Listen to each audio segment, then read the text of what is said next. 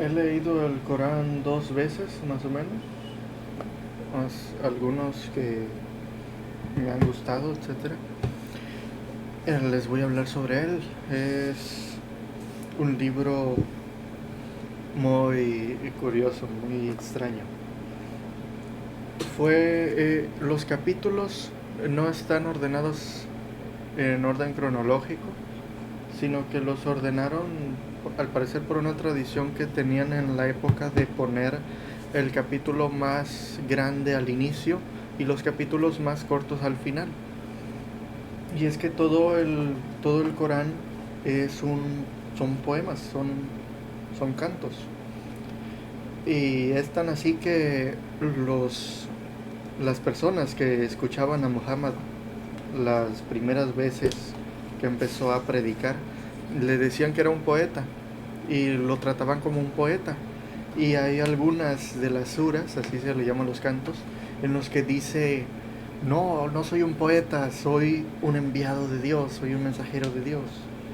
Y una de las cosas que argumentaba para él, para probar que era un enviado de Dios, era que su poema era tan hermoso que ningún ser humano podría hacer uno parecido.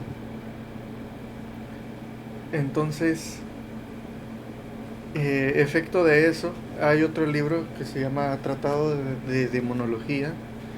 Es de un antropólogo, o al menos es un trabajo antropológico en el que explora cómo es lo demoníaco en diferentes religiones y culturas.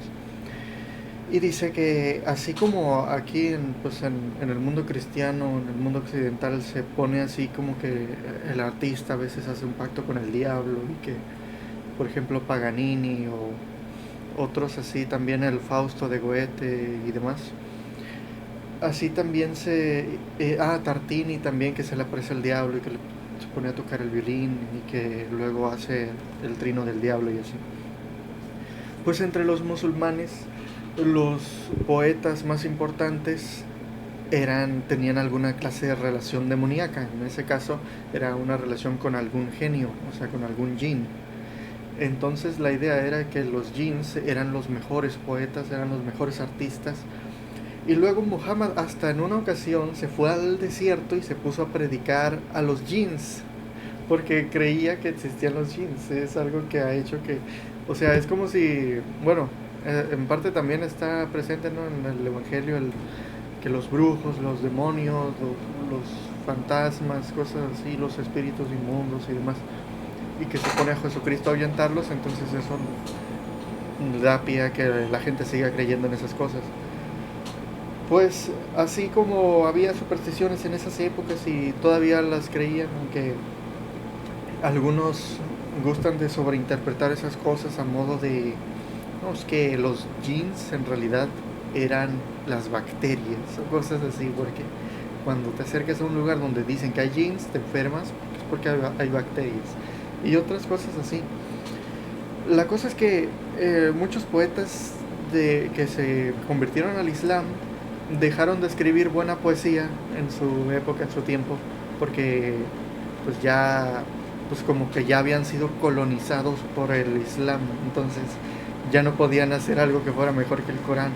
Y es una cosa que se me hace también muy interesante, porque hubo un poeta, uno de los mejores, si no es que el mejor poeta de habla de lenguaje árabe, que se llamaba Al-Mutanabi. Bueno, se llamaba Ahmad ibn al-Hussein ibn Murray ibn Abd al-Jabbar al-Yafi al-Kindi.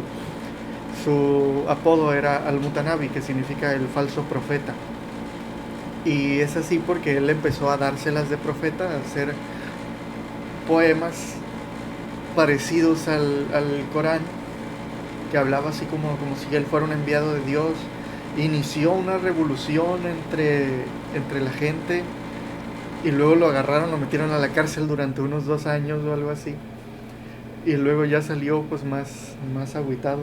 Y es curioso porque tenía como 16 años o 17 años cuando comenzó a hacer, o sea, imagínense, un muchacho de 16, 17 años y ya era el mejor poeta de la época, el mejor, tal vez el mejor poeta árabe de la historia. y inició una rebelión, los convenció a todos. Mira, yo a mí me gusta imaginarme, porque no sé mucho del asunto, porque hay muy poco de él traducido al español. Solo también tengo un libro y está hecho principalmente de panegíricos de Al-Mutanabi a otras personas. La cosa es que imagínense, un muchacho de 16, 17 años que convenció a la gente. A mí me gusta pensarlo así, que vio esto del argumento de Muhammad de no, es que ni aunque los jinns y los humanos se junten a intentar hacer una sola sura como esta, no podrían. ¿Por qué? Porque esto proviene de Dios. Entonces Al-Mutanabi dijo, pues yo puedo hacer un sura mejor que los del Corán, entonces debe ser que soy un profeta. Entonces me lo imagino así, que se convenció a sí mismo así como, no, pues si ese es el argumento, si es la belleza la que proviene de Dios y mis poemas son mejores que los del Corán, pues entonces debo ser un enviado de Dios. Y así hasta que ya lo metieron a la cárcel y quedó así. Hay una calle en Bagdad, me parece, allá en Irak, que es pura librería, puras librerías, y se llama Al-Mutanabi. Y así. Después de que salió de la cárcel, se fue por todos lados ahí buscando, pues con panegíricos, haciendo poemas para elogiar a los poderosos, a los ricos, a los reyes, a los nobles, para que lo hicieran gobernador de un lugar. Me imagino que en plan así como de, y ya que me hagan gobernador, voy a hacer una revolución eventualmente y como, no sé, alguna cosa así. Pero se me hace muy interesante ese personaje, se me hace un personaje fascinante. Me gustaría que hubiera más libros sobre él, más traducciones sobre él. Es una de las razones por las que me quiero aprender árabe algún día para leer al Mutanabi y así. Bueno, pues el Corán, pero les iba a hablar del Corán. Del Corán parece que las primeras leyes que hizo eran principalmente así como cosas espirituales y ya poco a poco cuando se volvió jefe de Estado, Muhammad, entonces ya comenzó a hacer cantos o leyes, suras más relacionadas al dogma de cómo vivir. La historia va así, ¿no? Por aquí debería estar la Meca, no sé exactamente dónde, pero por aquí en algún lado. Aquí ya están, miren, al año 626, ya está Muhammad, ya tiene aquí el califato ortodoxo, miren. Él tuvo contacto con cristianos y judíos, se vio influidos por los dos. El detalle es que ocurría, según los historiadores que he leído, que muchas personas que vivían por acá en ciudades ligadas, prósperas del comercio y demás, cuando alguien no estaba conforme con la forma de pensar, por ejemplo, digamos, ya había ocurrido el concilio de Nicea, para esta época ya se había hecho el cristianismo la religión oficial en Roma. Si ven aquí, pues Roma ya se la comió, ya solo queda el imperio bizantino.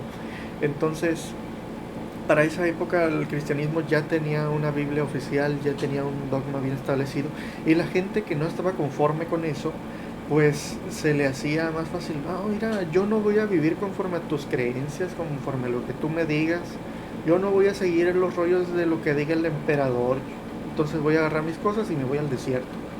Y en especial quienes tenían camellos. Es una cosa curiosa en la que también la interpretación de Nietzsche de los camellos pues es lo contrario en realidad. Quienes tenían camellos eran las personas libres, las que se iban al desierto cuando ya no querían soportar a reyes, a gobernantes, religiones dogmáticas o lo que sea. Entonces se iban al desierto. Entonces parece que varios de los cristianos con los que tuvo contacto Muhammad eran cristianos de un tipo muy particular, que decían que la Trinidad era el Padre, Jesucristo y la Virgen María. Es lo curioso, porque Muhammad pues habla en contra de esa idea de la Trinidad, de ese tipo de cristianos con los que él tuvo contacto. Y así pues no son un tipo de cristiano muy extraño, muy difícil, que no concuerda con el cristianismo conocido acá. También algunos judíos que hasta lo reconocieron a él como el profeta que se había anunciado y demás. Pues como pues las tres religiones se supone que son la misma, Muhammad dice, ¿no? Es que Dios reveló la Torá a los judíos, pero los judíos la deformaron. Dios reveló el Evangelio a Jesús, ellos le llaman Isa. Entonces lo deformaron los católicos. Luego Dios reveló el libro a a Zoroastro o a Zaratustra, pero lo deformaron también. Entonces solamente quedaba el Corán. Es curioso, algunas cosas que tienen. Ya ven que ahorita es mucho es que el Islam y el feminismo se detestan mutuamente. Es una idea, ¿no? En esa época, aquí, pues en estos lugares se cumple una de las cosas que decía en el libro de etología, me parece que era Peláez del Hierro, el autor o el editor, no recuerdo, que decía que hubo experimentos con primates. Cuando el alimento estaba distribuido de manera equitativa, se volvían una sociedad monógama, porque un solo macho no podía controlar mucho territorio. En cambio, cuando los alimentos o los recursos están concentrados en una región específica, entonces un solo macho puede controlar ese territorio y quedarse con todas las hembras que busquen el alimento. Lo mismo parece que ocurre con las sociedades humanas, pues donde hay recursos concentrados en un solo lugar, como es el caso de los desiertos, en los oasis o en los yacimientos de petróleo, entonces se vuelven una sociedad eh, polígama, en específico de un macho con muchas hembras. ¿Por qué? Pues porque los recursos están concentrados en un solo lugar, entonces un solo macho puede controlar esa región y quedarse con todas las hembras que busquen esos recursos. Porque es condición biológica que las mujeres llevan los mayores costes de la reproducción. Los nutrientes, los recursos son necesarios para mantener los hijos, entonces el macho que controla esos territorios se queda con todas las hembras. Así ocurre. Es una cosa también en la que se nota que mientras más equitativamente estén distribuidos los recursos, más sana va a ser una sociedad. Mientras que en sistemas como el capitalismo, donde todos los recursos se concentran en pocas manos, la sociedad se vuelve injusta y sufren en ambos casos por problemas de pareja, tanto hombres como mujeres. Pero es un asunto principalmente económico, y por eso mientras más distribuidos estén los recursos, más estaremos mejor todos.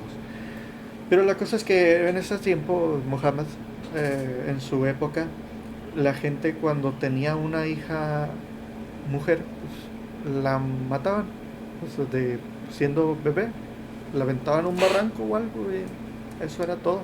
Y Muhammad decía, oye, en eso está mal, no lo hagan, etcétera. Entonces, en su tiempo y para su contexto, él defendió a las mujeres en su lugar. Otro asunto interesante es que Muhammad era pariente de uno de las familias más ricas de la región de la Meca. Era también un problema económico en ese lugar, por eso intentaron matarlo también, porque iban todos a peregrinar a la Meca para adorar a muchos dioses que estaban allí en la Kaaba. Entonces él dijo, no, solo hay un Dios, entonces ¿cómo vas a sostener el mercado que ya está hecho para peregrinar, adorar a los muchos dioses? Entonces todos los que ganaban dinero con eso se enojaron con Muhammad y quisieron matarlo, lo corrieron y se fue a Medina. Allá en Medina formó su primera sociedad, un pueblo hecho con pura gente que le creía, y eventualmente crecieron, vencieron a los demás y así. Y luego miren lo curioso, Muhammad murió en el 632, y miren cómo está esparcido ya y ahora miren, solamente vamos 100 años más.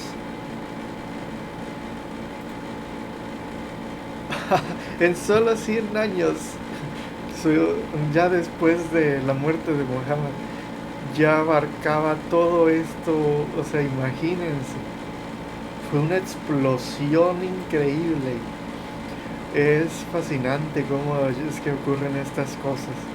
Y es que en los pueblos aquí de Arabia estaban muy habituados al desorden, a estar peleados entre sí, y entonces llega con este libro y les dice, no, es que hay que ordenarse, hay que estar en paz, hay que buscar a Dios, etcétera. Y entonces les despertó un sentimiento de comunidad entre todos los árabes que eventualmente fueron ahí. Y así. Y a lo que he leído, no llegaron a tomar Francia porque no estaban habituados al clima y a las batallas que había en ese entorno.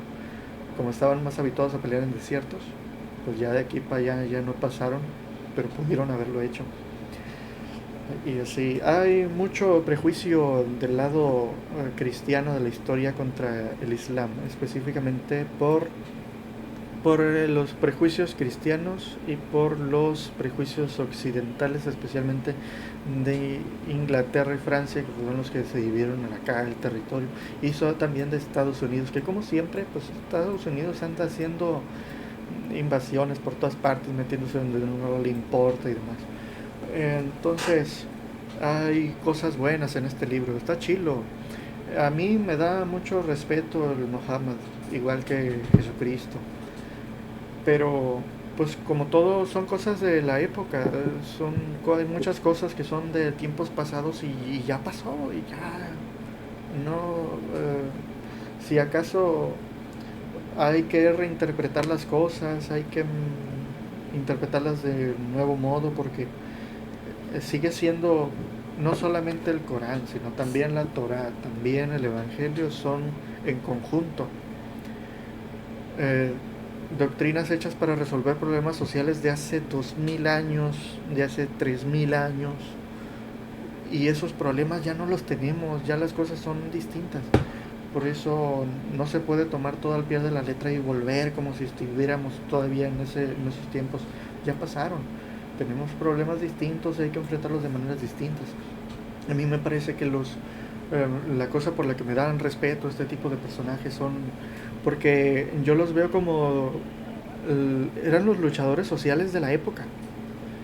Así pues como ahorita hay gente que pelea por el medio ambiente, por los derechos de las mujeres, por los derechos de las personas con discapacidad, por los derechos del LGBTQ, etcétera. Así la gente en los tiempos antiguos, esta era la manera en que expresaban su activismo. Era como ahorita ya no se usa mucho el hablar de Dios para defender ideas nuevas. Usualmente las ideas nuevas son catalogadas como diabólicas, pero es lo chilo. Ahí era la manera, eran los activistas sociales de los tiempos antiguos, eran estos. Y como suele ocurrir, los activistas sociales no están mentalmente muy estables, son siempre, pues todos tenemos delirios. A veces se usa, por ejemplo, hasta en el Manual para el Tratamiento Cognitivo-Conductual de los Trastornos Psicológicos, volumen 1, página 676 me parece.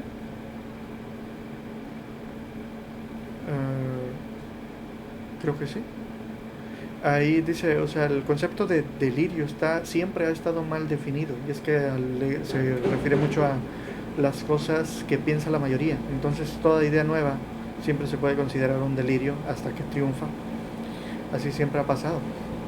Y en especial el caso de los luchadores sociales, pues sí, yo creo que ustedes han de conocer bastantes que lo notan, no son mentalmente muy estables.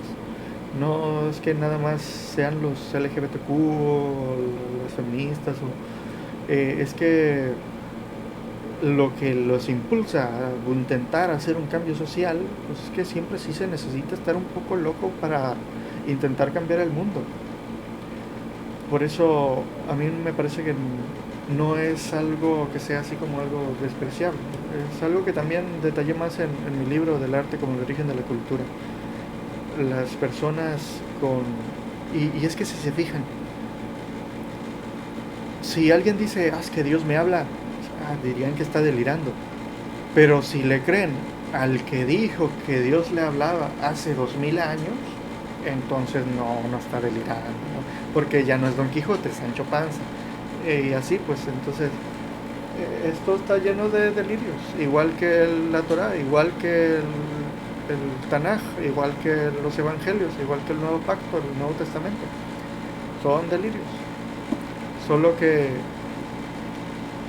ya están socialmente aceptados. Por eso todos deliran, todos tienen delirios, solo que algunos ya están socialmente aceptados y por eso se los llama cultura. Pero la cultura humana es así, está hecha de delirios, o sea, o tienes delirios o crecen los delirios de otro, no hay de otra. Siempre no hay nadie que digas, uy, está ontológicamente cuerdo, no hay. Y pues así, por eso me da admiración el Muhammad, así como pues, un luchador social de su época, intentando hacer, y es que se le nota la parte humana, como sus, sus suras eran en plan de, no, es que si se fijan, los que rechazan el Islam son los que le hacen daño a los huérfanos, él fue huérfano, por eso me parece que hace énfasis en el asunto. Son los que rechazan el Islam, son los que le hacen daño a la viuda, etcétera. Y así, pues son intentos de hacer justicia social en otros tiempos. Y por eso me gusta.